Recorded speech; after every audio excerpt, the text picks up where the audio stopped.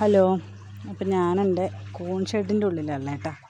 അപ്പോൾ ഞാൻ നിങ്ങൾക്ക് സംഭവം കാണിച്ചു തരാം. അപ്പോൾ നമുക്ക് എന്ത് കാര്യമായാലും ഫസ്റ്റ് കാണുമ്പോൾ നമുക്കൊന്ന് ത്രില്ലല്ലേ.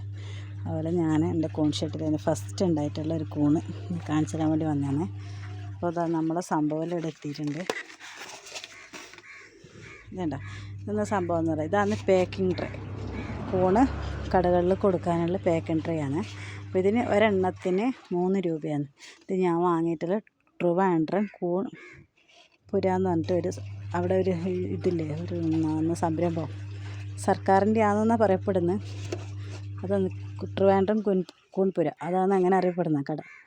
അപ്പോൾ അവിടെ നിന്ന് ഞാനത് വാങ്ങിയിട്ടുള്ളത്. അപ്പോൾ 3 രൂപയാണ്. പക്ഷേ ഇത് 2.50 കിട്ടും. അതെങ്ങനെ കിട്ടുമെന്ന് വെച്ചാൽ നമ്മളവിടെ മെമ്പർഷിപ്പ് എടുക്കണം. കൂൺ ചെയ്യുന്ന ആൾക്കാർ അവിടെ മെമ്പർഷിപ്പ് എടുക്കണം. അതിനും അതിന് ഫീസുണ്ട്. അത് അവരെ ലൈവായിട്ടുള്ള ക്ലാസ് അറ്റൻഡ് ചെയ്തിട്ട് 1850 രൂപ അടച്ചാൽ മാത്രമേ നമുക്ക് 2.50 ഈ ട്രേ കിട്ടത്തുള്ളൂ.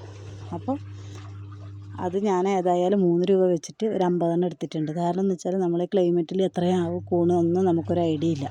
അപ്പോൾ തൽക്കാലം ഞാൻ ഒരു 50 എടുത്തിട്ടുണ്ട്. അപ്പോൾ 50 എടുത്ത കൂട്ടത്തിൽ ഞാൻ ട്രേ മാത്രം പോരല്ലോ, അപ്പോൾ നമുക്ക് അതിന് സീലിംഗ് ഉണ്ട്. അപ്പോൾ ആ സീലിംഗ് പേപ്പർ ഉണ്ട്, ഒരെണ്ണം അതും വാങ്ങിയിട്ടുണ്ട്, സീലിംഗ് പേപ്പർ. അപ്പോൾ ഈ ട്രേനകത്ത് നമ്മൾ മഷ്റൂം 200 ഗ്രാമിന് മഷ്റൂം ഇട്ടിട്ട് അതിന് മുകളിൽ സീലിംഗ് പേപ്പർ ഇട്ട് അതിൻ്റെ പുറത്ത് നമ്മളെ സ്റ്റിക്കറില്ലേ അത് ലേബലായിട്ട് ഒട്ടിച്ച് അതിനകത്ത് നമ്മൾ അന്നന്ന് കൊടുക്കുന്ന ഡേറ്റും ഗ്രാമും അതുപോലെ തന്നെ ഇത് വർഷം എന്നുള്ളതെല്ലാം എഴുതിയിട്ട് ഒട്ടിച്ചിട്ട് കൊടുത്താൽ മാത്രമേ കടകളിൽ അവർ എടുക്കുകയുള്ളൂ. കാരണം എന്ന് വെച്ചാൽ അത് മാത്രമല്ല, ലൈസൻസിൻ്റെ FASSIൻ്റെ ആയ നമ്പറും കൂടി ആഡ് ചെയ്തിട്ടുള്ള കാർഡായിരിക്കണം കേട്ടോ.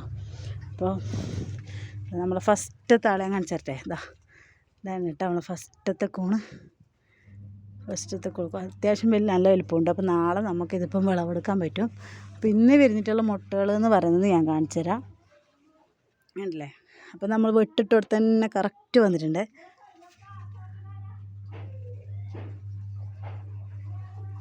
കണ്ടില്ലേ, അപ്പോൾ ഇതാണ്. അപ്പോൾ ഈ കൂൺ മുട്ട വരുന്നത് എങ്ങനെയാണെന്നുള്ളത് ഞാൻ ജസ്റ്റ് നിങ്ങൾക്കൊന്ന് കാണിച്ചു തരാം. പെട്ടെന്ന് കാണൂല, ചെറിയൊരു സംഭവം ഞാൻ കാണിച്ചു തരാം. ചെറിയ രീതിയിൽ ഇതിപ്പം തീരെ നേർത്ത് തരണം ഞാൻ കാണിച്ചു തരാം. ഇവിടെ ഒരു ഉണ്ടായതിനുള്ള ഇപ്പോൾ അതാ ഇതണ്ട ഇങ്ങനെ വരും, പെട്ടെന്ന് നമുക്ക് മനസ്സിലാവില്ല. അപ്പോൾ അതിൻ്റെ പിറ്റേ ദിവസം ഇതുപോലെ ഈ ഒരു ലെവലിൽ വരും അതിൻ്റെ പിറ്റേ ദിവസം. അതും കഴിഞ്ഞിട്ടുള്ള ദിവസം, അതിനും കഴിഞ്ഞിട്ട് കുറച്ചിട്ട് വൈകുന്നേരം ആകുമ്പോൾ ഈ ഇങ്ങനെ വരുവേ. അത് കഴിഞ്ഞിട്ടാകുമ്പോൾ നമുക്കിങ്ങനെ വരും. അപ്പോൾ രണ്ടാമത്തെ ദിവസം എന്ന് പറയുന്നത് ഇങ്ങനെ വരും. അപ്പോൾ നാളത്തേക്ക് കുറച്ചും കൂടി വലുതാവും. അപ്പോൾ ഞാനിതെല്ലാം കാണിച്ചു തരുന്നതിന് തുടക്കക്കാരായിട്ടുള്ള എന്നെപ്പോലെ ആൾക്കാർ ആരെങ്കിലും ഉണ്ടെങ്കിൽ അവർക്ക് വേണ്ടിയിട്ടാണ്. അപ്പോൾ എന്നാൽ വേണ്ടതെന്ന് നിർത്താൽ നമ്മൾ ഇപ്പോൾ കൂണിൻ്റെ ഇപ്പം നമ്മൾ എല്ലാവരും ഇപ്പോൾ പെല്ലറ്റിലേക്ക് മാറിയിട്ടുള്ളത്. അപ്പോൾ പെല്ലറ്റിലേക്ക് മാറുന്നിട്ടുണ്ടെങ്കിൽ തന്നെ എല്ലാവരും എന്ത് എടുക്കും, പെല്ലറ്റിൻ്റെ 25ൻ്റെ ചാക്കല്ല, 25 പാക്കറ്റാണ്, 25 കിലോ കിട്ടും. അപ്പോൾ ഒരു പാക്കറ്റ് 1 കിലോ വെച്ചിട്ടാണ് ചെയ്യുക. അപ്പോൾ നമ്മളെന്തും എടുക്കും, ഒന്നിച്ച് നമ്മൾ 25 ഒന്നിച്ചിടും. എന്നിട്ട് നമ്മൾ ഒരു മാസം 23 ദിവസം വരെ കാത്തുക്കും. അപ്പോൾ ഇന്ന് സംഭവിക്കുമെന്ന് ഓർത്താൽ 25-ൽ ഒന്നിക്ക് 25 ദിവസം ആകുമ്പോഴത്തേനും ഇത് മൊത്തത്തിൽ അടുപ്പിച്ചടുപ്പിച്ച് വിരിയും. അടുപ്പിച്ചടുപ്പിച്ച് വിരിഞ്ഞ് കഴിഞ്ഞാൽ എന്നാ സംഭവം നിർത്താൽ നമുക്ക് അടുപ്പിച്ചടുപ്പിച്ച് വിരിഞ്ഞ് കഴിഞ്ഞാൽ പിന്നെ അടുത്തൊരു 10 ദിവസത്തേക്ക് വെയിറ്റ് ചെയ്താൽ മാത്രമേ നമുക്ക് അടുത്ത ഷെഡ്യൂൾ കിട്ടുള്ളൂ. അപ്പോൾ അതിന് ഇടയ്ക്ക് എന്ത് വേണം, നമ്മൾ ഇടയ്ക്കിടയ്ക്ക് ഒരു 5 ബെഡോ അല്ലെങ്കിൽ ഒരു 10 ബെഡോ ആക്കിയിട്ട് ഇട്ട് കൊടുക്കുക. അപ്പോൾ നമ്മൾ ഈ 10ാം ദിവസം കാത്തിക്കുന്നതിന് മുമ്പ് ഇടയ്ക്കെന്നുള്ള ഇട്ട ബെഡിനകത്തും നമ്മൾ മൈസീലയിൽ നിറഞ്ഞിട്ട് അടുത്തത് പാകാവും. അപ്പോൾ അങ്ങനെ റെഗുലറായിട്ട് കൂൺ ബെഡ് തടങ്ങൾക്ക് കൂൺ ബെഡ് ഇട്ടാൽ മാത്രമേ നമുക്ക് ദിവസവും കൂൺ ബെഡിൽ നിന്ന് പറിക്കണം എന്നുള്ള ലക്ഷ്യം പൂർത്തിയാവും.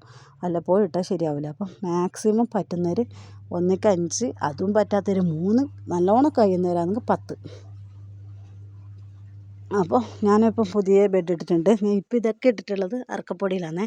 പക്ഷെ ഞാൻ ഇത് ഇട്ടിട്ടുള്ളത് അറക്കപ്പൊടിയിലല്ല. ഞാൻ വിത്ത് കൊണ്ടുവന്നതിന് ശേഷം എനിക്ക് അതിനുള്ള മാധ്യമം കിട്ടാൻ കുറേ ബുദ്ധിമുട്ടായി. അപ്പോൾ ഞാൻ എന്ത് ചെയ്ത്, വീട്ടിൽ വാഴ ഉണ്ടായിരുന്നു, വാഴേൻ്റെ ഇല നന്നായി ഒരു ദിവസം ഫുൾ കുതിർത്തി വെച്ച്, എന്നിട്ട് അത് സ്റ്റീം ചെയ്ത് കുതിർത്തി വെച്ച് അതിൻ്റെ വെള്ളമെല്ലാം കളഞ്ഞിട്ട് സ്റ്റീം ചെയ്തെടുത്തതാണ് കേട്ടോ. അപ്പോൾ ഒരു കുഴപ്പമില്ല, നല്ല അടിപൊളി ഒരു മൈസൂരും വന്നിട്ടുണ്ട്, കുഴപ്പമൊന്നുമില്ല. ഒരു 6 ബെഡ് ഞാൻ അങ്ങനെ ചെയ്തിട്ടുണ്ട്. അപ്പം ഇതൊക്കെയാണ് കാര്യങ്ങൾ. അപ്പം തുടക്കക്കാരായ ആൾക്കാരോട് പറയുന്നത് വെച്ചാൽ ഒരു 10 ഇട്ടിട്ട് കാത്തിക്കാൻ നിൽക്കരുത്. അടുത്ത ബെഡ് ഒരു 10 ഇട്ട് കഴിഞ്ഞാൽ അതിനിടയിൽ വരുന്നത് ഈ 2 ഒരു 3 അല്ലെങ്കിൽ 5 മാക്സിമം ഒരു 10 ഇടാൻ പറ്റും, ശ്രദ്ധിക്കുക. അപ്പം കൂൺ കഴിക്കാൻ താല്പര്യമുള്ളവരും കൂണിനെ പറ്റി അറിവുള്ളവരും വിളിക്കുക. നിങ്ങൾ അടുത്തല്ലാന്നെങ്കിൽ ഞാൻ എത്തിച്ചു തരാം. അപ്പോൾ എല്ലാവരും ലൈക്ക് ചെയ്യുക, ഷെയർ ചെയ്യുക, കമൻറ്റ് ചെയ്യുക, സബ്സ്ക്രൈബ് ചെയ്യുക.